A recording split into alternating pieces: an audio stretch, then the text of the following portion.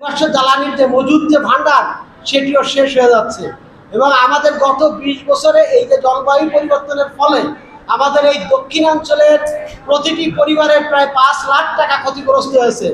আমাদের যদি জলবায়ু পরিবর্তনের ফলে সমুদ্র পৃষ্ঠের উচ্চতা 0.5 মিটার বাড়ে তাহলে আমাদের এই খুলনা বাগেরহাট সাতক্ষীরা অঞ্চলে বছরে $25 মিলিয়ন আমরা প্রতি পরিবার ক্ষতিগ্রস্ত হবে।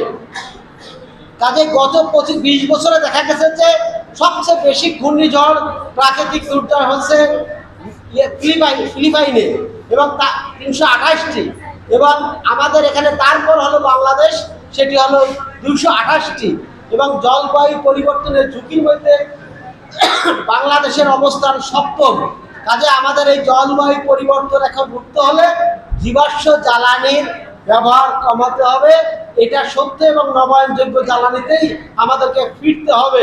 কিন্তু আজকের যে বিতর্কের বিষয়, তাহলে জীবাশ্ম নবায়নযোগ্য জ্বালানি ছাড়া কি আর কোনো বিকল্প নাই?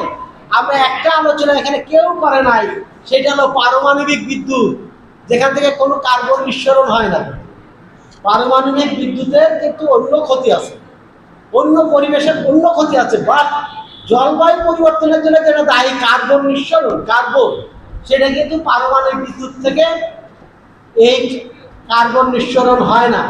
আজকে যারা এটি বিপক্ষে দল, তারা কিন্তু এই যুক্তিটা আনতে পারত যে না, যে পারমাণবিক বিদ্যুৎ হতে পারে, সেটার ফলে আমাদের জলবায়ু পরিবর্তন রুখতে পারে পারমাণবিক বিদ্যুৎ, সেটা কিন্তু আমরা কেউ বলি নাই।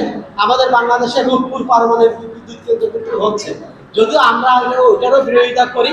আমরা নবায়নযোগ্য জ্বালানি এটা আমদানি করা লাগে না, এটার জন্য আমাদের ডলার খরচ হয় না, এটার জন্য আমাদের সূর্যের উপর নির্ভর করতে হয়। কাজে এইটার কারণ করে আমরা নির্ভরশীল না, এটা আমরা স্বনির্ভর এবং একটি জ্বালানি আত্মনির্ভরশীল একটি সবুজ ন্যায্য জ্বালানি বলে আমরা অভিহিত করে থাকি।